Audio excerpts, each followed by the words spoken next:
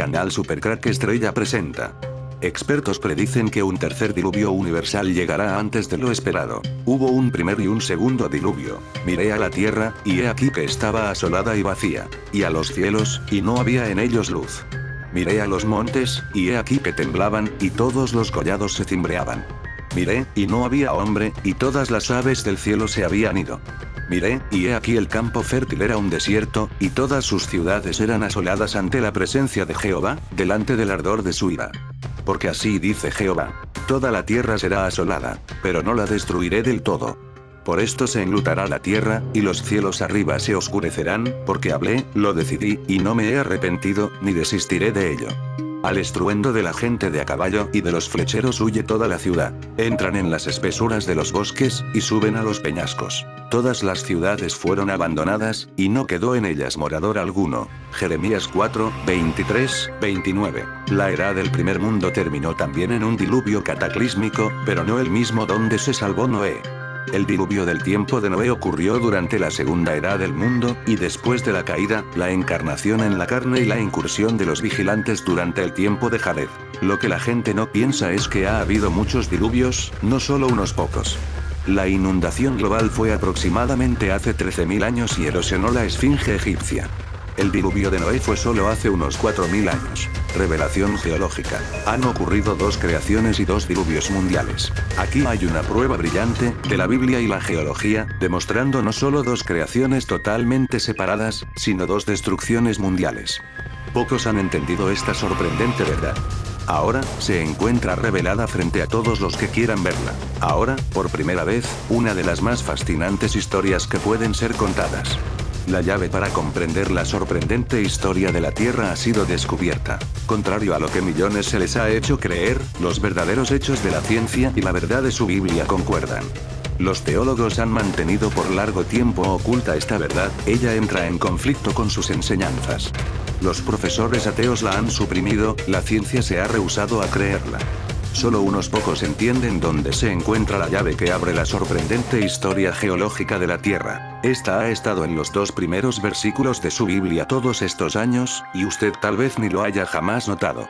El fundamento del conocimiento. La primera verdad revelada en su Biblia es: en el principio creó Dios los cielos y la tierra. Génesis 1, 1. Esta tierra fue creada tan perfecta, tan bella, que las estrellas de la mañana, los ángeles, Apocalipsis 1, 20, cantaron de alegría. Job 38, 7. Después el siguiente versículo inspirado de su Biblia revela que, esta perfecta tierra fue destruida por una terrible catástrofe. Génesis 1, 2, revela, y la tierra estaba desordenada y vacía.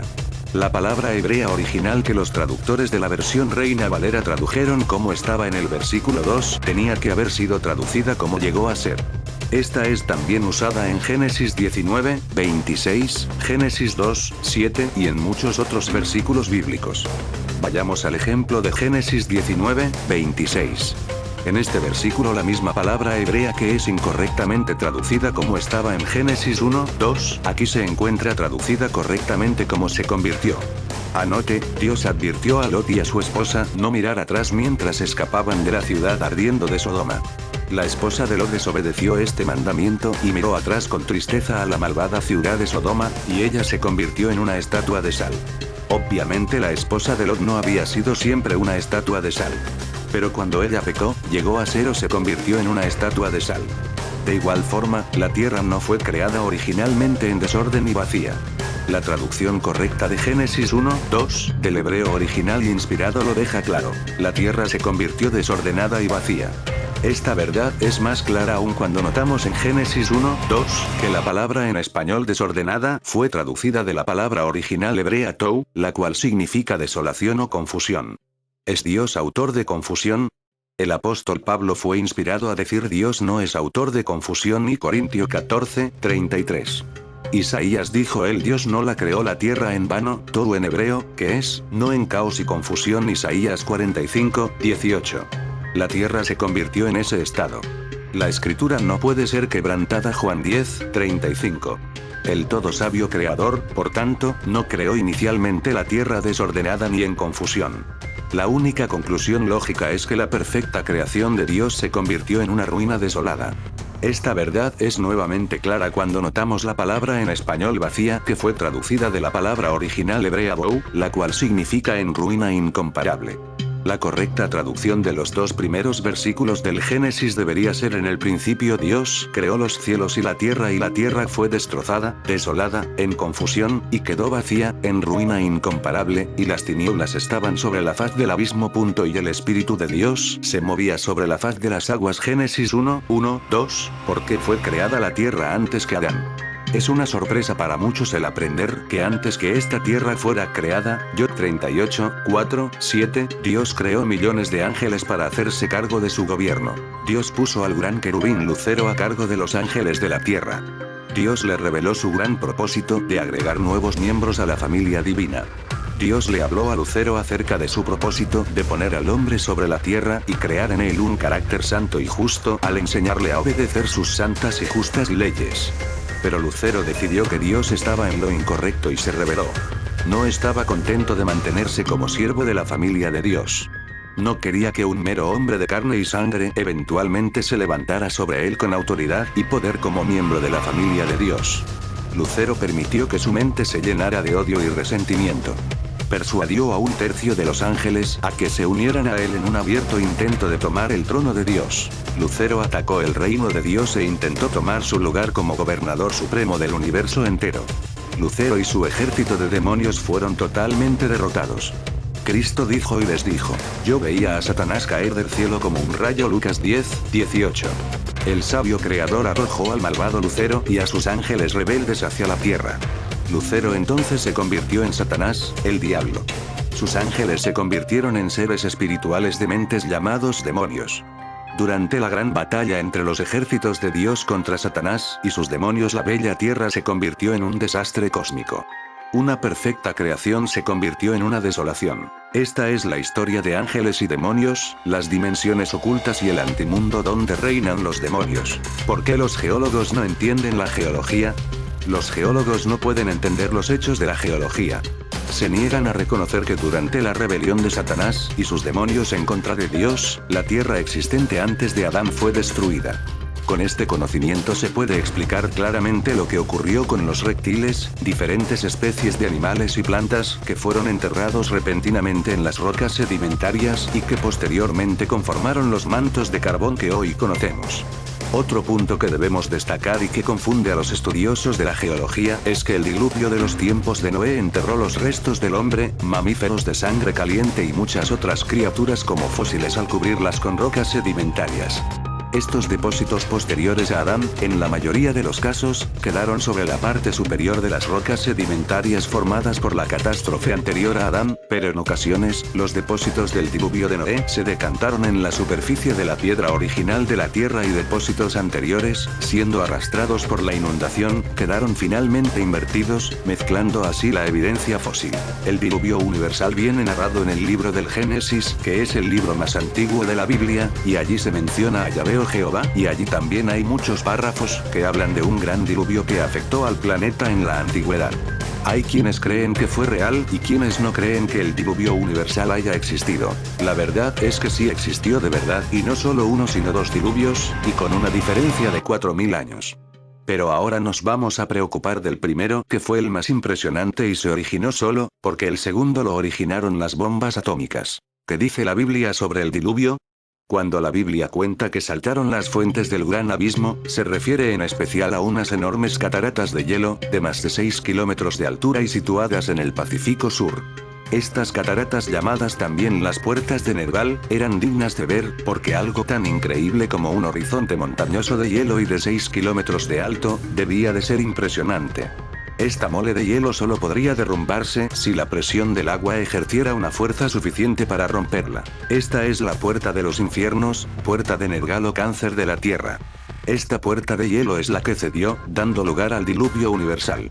Aunque la Biblia dice que esta puerta cedió como castigo de los dioses de antaño, la verdad es que todo se vino abajo porque el manto terrestre que había debajo se rompió por la presión del peso del hielo y del agua embalsada. Tal vez sí fue un castigo de Dios. Me puedo imaginar el grosor de la pared de hielo que soportaba el gran embalsamiento, pero esa pared debió hacerse cada vez más fina. Pero si los habitantes del mundo anterior no la temían era porque siempre estuvo ahí y no daba signos de que se fuera a romper. Esa pared de hielo tardó en formarse más de 10.000 años, y como esta última glaciación comenzó hace 26.500 años, quiere decir que la pared estuvo dando guerra casi los 20.000 años. La puerta era una pared de hielo infinita de alta. Según las hendiduras en las rocas, tenía más de 6 kilómetros de altura. Si mirabas hacia arriba, no se veía el final. Esta puerta estaba asentada sobre el lomo de una cordillera y tras dicha puerta, había una serie de enormes embalses que a lo largo de más de 20.000 años habían ido soltando agua líquida, es decir dejando lastre. Estos lagos sobre el hielo del Polo Sur, se habían agrandado poco a poco de tal manera y estaban llenos de gaviotas y peces en abundancia de todas clases, en especial, focas, morsas, ballenas, salmones, y osos polares, además de pescadores Anunnaki con barcas de pesca. Dice una frase de la Biblia: los caminos del Señor son inescrutables. Para mí esta frase encierra el mundo de caos donde vivimos. Un mundo donde no estamos solos y múltiples realidades dimensionales conviven entre nosotros. Esta noche me fijé en una noticia desde Holanda que decía esto: la heroína regresa a España por la masiva oferta mundial de esta droga. El regreso silencioso de esta sustancia enciende las alarmas y destapa que Holanda es el gran supermercado de estupefacientes en Europa. Durante unos minutos pensé qué narices está pasando en este país, Holanda. Al día siguiente y recién levantado y como si el destino me quisiera hablar, me encuentro con otra noticia que habla de Holanda y el fin del mundo. Johan Wivers, un ciudadano holandés, habla de la depravación a la que llegó su país y todo el mundo en general, y anuncia el fin del mundo. Pero él no se queda solo en anunciar el fin del mundo, sino que además construyó un arca de Noé donde caben 5.000 personas. Tiene dimensiones faraónicas el arca de Noé que este carpintero de 58 años ha construido. Es una réplica de dimensiones bíblicas del arca de Noé, hoy amarrada a pocas millas de la gran mezquita de Salam. En la pasarela que la mantiene ligada a tierra firme espera Johan Wivers, su autor cuando tenía 33 años. Ocurrió una noche de tormenta en la que olas enormes amenazaban mi pueblo. Soñé que superaban los diques y arrasaban con todo. A la mañana siguiente, mientras trabajaba remodelando una librería, me encontré con un precioso ejemplar ilustrado del Arca de Noé. Fue una señal que me mandó Dios. Me eligió. Desde entonces supe que era yo quien tenía que construir un arca.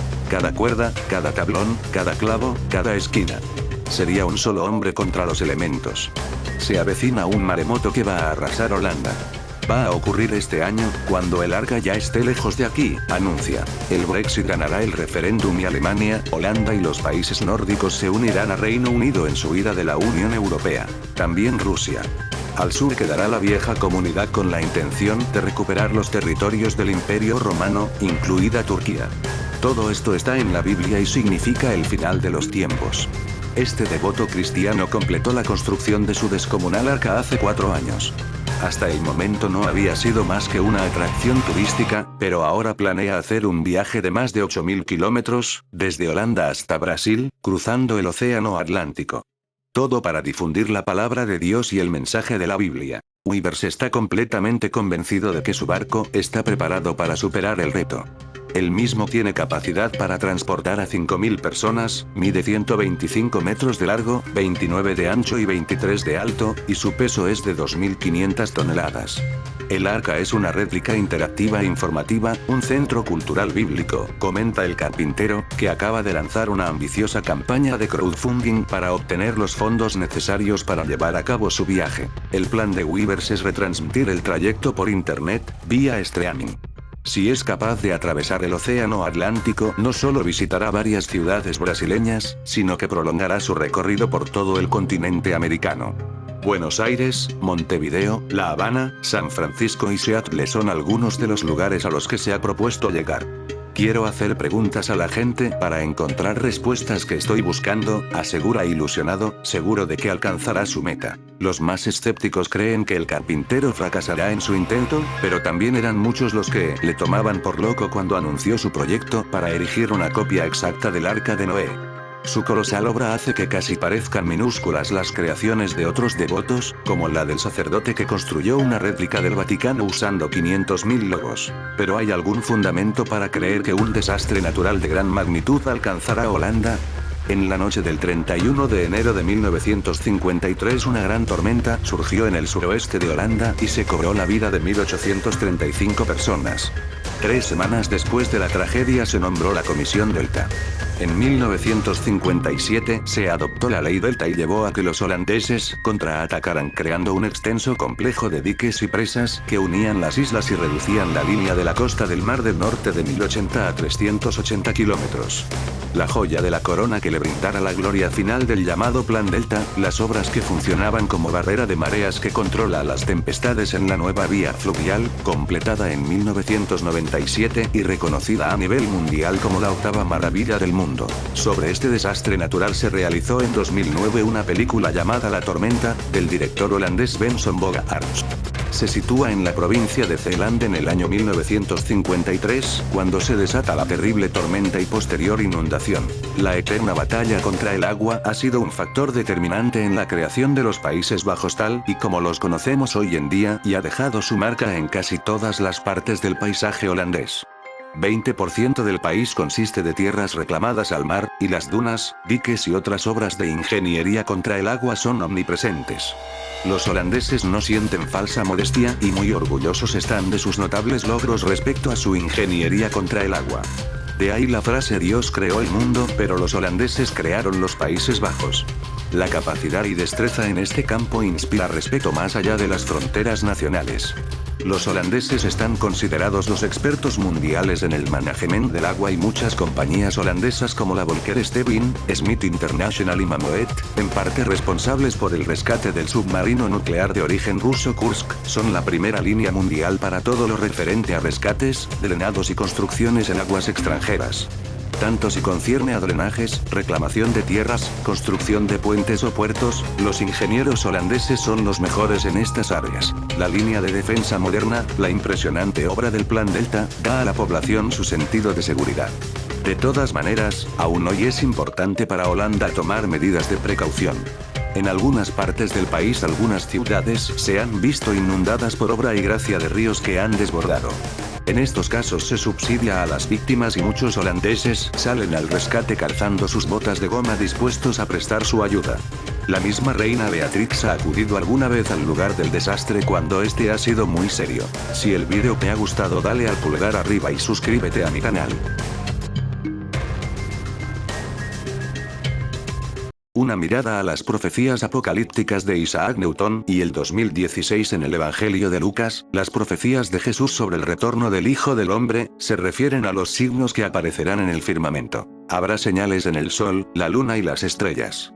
Isaac Newton se interesaba por las profecías bíblicas, buscando modelos y tratando de desarrollar un código para descifrarlos. Calculó que el fin de los tiempos podría llegar en 2060.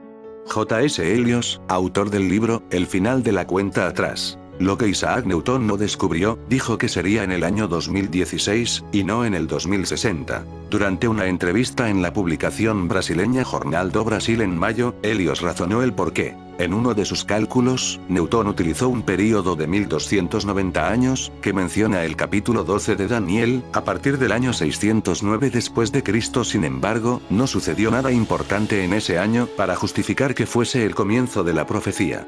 Investigando el libro de Daniel, 12:11-12, descubrió que el período de la profecía es en realidad el año 2625, 1290-1335, y que el principio de la profecía no era 609 después de Cristo como pensaba Newton, sino 609 antes de Cristo. Entonces, 2625 años después de Cristo, después de 609 antes de Cristo corresponde al año 2016.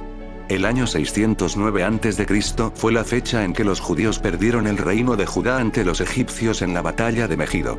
Ese acontecimiento tan significativo en la historia judía fue el inicio de una cadena de acontecimientos que durarían miles de años, impidiendo a los judíos ser una nación independiente. Jesús y el retorno del Hijo del Hombre. En el Evangelio de Lucas, las profecías de Jesús sobre el retorno del Hijo del Hombre se refieren a los signos que aparecerán en el firmamento. Habrá señales en el sol, la luna y las estrellas. En la tierra, las naciones estarán angustiadas y perplejas por el bramido y la agitación del mar. La gente se desvanecerá, temerosa de lo que pueda sucederle al mundo, porque los cuerpos celestes temblarán. En el Evangelio de Marcos, 13:14, Jesús se refiere a la aberración estar donde no corresponde, señaló Helios.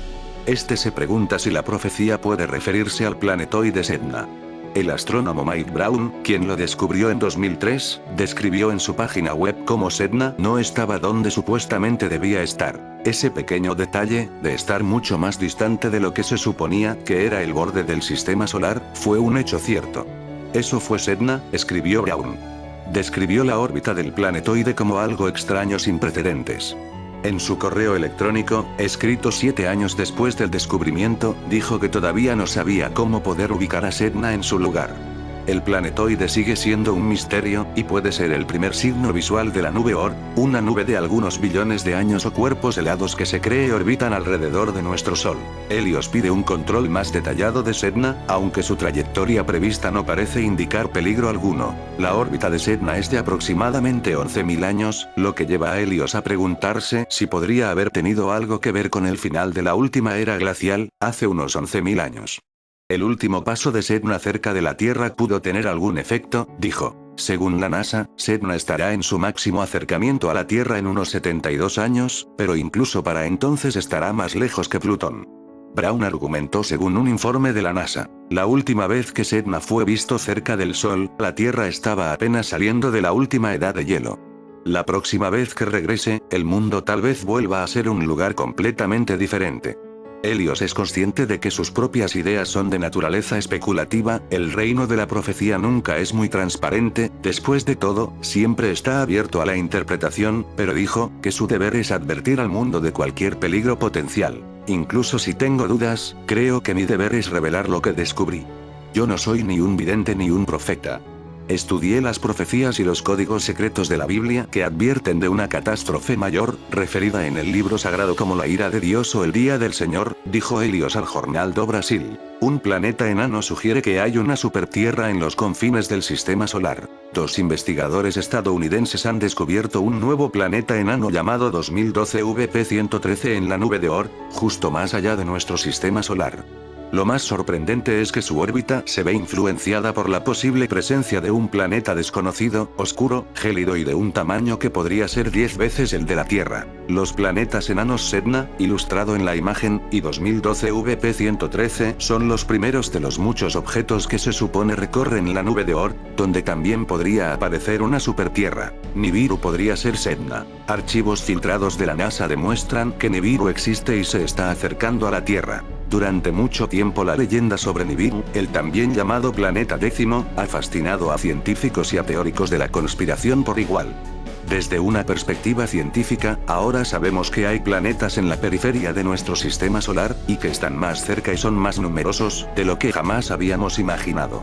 Pero muy a lo contrario de lo que la gente pueda pensar, fueron los astrónomos a principios de este 2015 quienes revivieron la teoría sobre la existencia de Nibiru.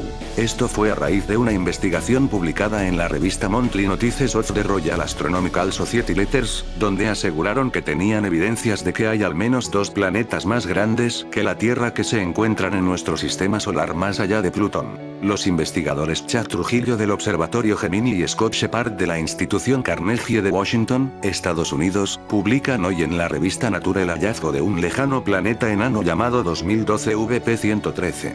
Se encuentra en la parte interna de la nube de Oort, una región supuestamente poblada por miles de objetos más allá del borde conocido del sistema solar.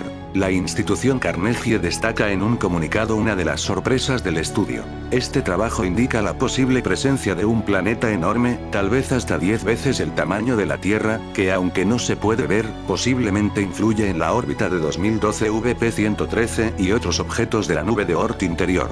14.03.27 órbita Shepard Carnegie. Órbita de Sedna, en naranja, y 2012 VP113, en rojo, respecto al sistema solar. /S Shepard /INS. Carnegie. Algunos de estos objetos pueden rivalizar con el tamaño de Marte o incluso la Tierra, insiste Shepard, y esto se debe a que están tan distantes, que incluso los más grandes serían demasiado débiles para poder detectarlos con la tecnología actual. El astrónomo español Carlos de la Fuente Marcos, de la Universidad Complutense de Madrid, valora para Sync el descubrimiento. Los autores muestran de forma muy convincente que debe existir un planeta helado mayor que la Tierra en la periferia del sistema solar. En los próximos meses esto va a dar mucho que hablar, tanto o más que los anillos del centauro Cariclo, otro estudio que también aparece esta semana en Nature. Un mundo frío y desconocido. Los astrofísicos llevan tiempo tratando de encontrar ese mundo desconocido y resolver el misterio de cómo puede permanecer oculto. Probablemente se trata de un objeto intrínsecamente poco brillante situado a gran distancia de la Tierra, dice de la fuente Marcos. Un mundo tan frío no emite mucho en el infrarrojo, que es la zona del espectro electromagnético donde es más sencillo detectar cuerpos de tamaño planetario. La situación se parece a lo que ocurre con los agujeros negros, continúa. No podemos verlos pero sí detectar sus efectos en las órbitas de otros cuerpos, y de esta forma tener una evidencia dinámica de su existencia. En el caso de este posible planeta más allá de Plutón la evidencia sería, por lo que las observaciones encaminadas a descubrirlo avanzarán con más seguridad. Para situar el lugar donde se ha descubierto 2012 VP113 y podría estar la supertierra conviene recordar que el sistema solar se divide en 3 regiones. Los planetas rocosos terrestres, incluidos los asteroides, los planetas gigantes gaseosos y los objetos helados del cinturón de Kuiper. Después está la gran nube de Oort, en cuya zona interna hasta ahora solo se había detectado el planeta enano Sedna, con unos 1000 kilómetros de diámetro y una órbita cuyo punto más próximo al Sol ronda las 76 unidades astronómicas. Ahora se suma 2012 VP113, con una aproximación máxima al Sol de 80 unidades astronómicas y un diámetro de 450 kilómetros. Sedna es muy fría debido a su distancia desde el Sol. Los astrónomos que la descubrieron decidieron ponerle el nombre de un mito acerca de la gente que vivía cerca del Polo Norte. Sedna es el nombre de la diosa del mar en la mitología inuit. Sedna. Sedna es el espíritu del mar, según los habitantes del norte de Canadá y Groenlandia, conocidos como los inuit. Sedna era una joven caprichosa que se negaba a casarse. Su padre la obligó a casarse con un perro. Pero el padre de Sedna sintió lástima por ella y ahogó al perro. Después de que murió su esposo, Sedna ya no podía mantener a sus hijos, o a ella misma. De manera que mandó a sus hijos lejos, y regresó a vivir con sus padres. Un día, un pájaro disfrazado de hombre pidió a Sedna que se casara con él. Ella aceptó y se fueron a vivir juntos. Pero, al poco tiempo Sedna descubrió que su nuevo esposo no era un hombre sino un ave. Cuando el padre de Sedna la fue a visitar, convenció a Sedna de que lo abandonara y huyeran en su bote. Por desgracia, el ave los alcanzó, y con sus alas creó una enorme tormenta que amenazó con hundir al bote. Aterrado, el padre de Sedna trató de lanzar a Sedna fuera del bote hacia su esposo, pero ella se agarró de un lado del bote. Aterrado, el padre cercenó los dedos de Sedna hasta que ésta cayó al mar. Se dice que Sedna vive en el fondo del mar junto a las focas, y junto a otros animales marinos origen de sus dedos. Han sido muchos los nombres dados a ese supuesto planeta gigante que tiene una órbita elíptica milenaria, un planeta que según ancestrales tradiciones cada vez que llega con su órbita a adentrarse en el sistema solar, produce grandes cataclismos y cambios en la Tierra. Algunos de sus nombres. Planeta décimo. El planeta X es un cuerpo celeste buscado durante los siglos XIX, XX y XY y que su existencia teórica estaba basada en las perturbaciones e irregularidades existentes en Neptuno. Fue el eminente astrónomo Percival Lowell quien durante años emprendió la búsqueda de este esquivo cuerpo celeste. Aparentemente, un equipo de astrónomos japoneses de la Universidad de Kobe afirmaron disponer de cálculos que avalaban la existencia de dicho cuerpo con una órbita de 100 unidades astronómicas, 100 veces las distancias de la Tierra al Sol. Hercules. Planeta pronosticado por diversos videntes y diversos cálculos más o menos conocidos que presuntamente tiene una superexcéntrica órbita elíptica compartida con un presunto Sol negro situado a una enorme distancia de nuestro astro. Su tamaño es enorme y la próxima venida será precedida de eventos geológicos que anunciarán su pronta llegada. Nibiru. Mito sumerio que hace referencia a un planeta errante que llegó por última vez al sistema solar hace 400.000 años, adquiriendo órbita elíptica y posiblemente el causante de la creación del cinturón de asteroides debido a una colisión parcial con el planeta que corresponde a dicho cinturón y que algunas leyendas indican con el nombre de Faetón o Tiamat. La órbita de Marduk es superelíptica con miles de años de ciclo. Otros nombres dados a este gran destructor: Re, Némesis, Estrella Roja Cachina, Marduk, Sedna.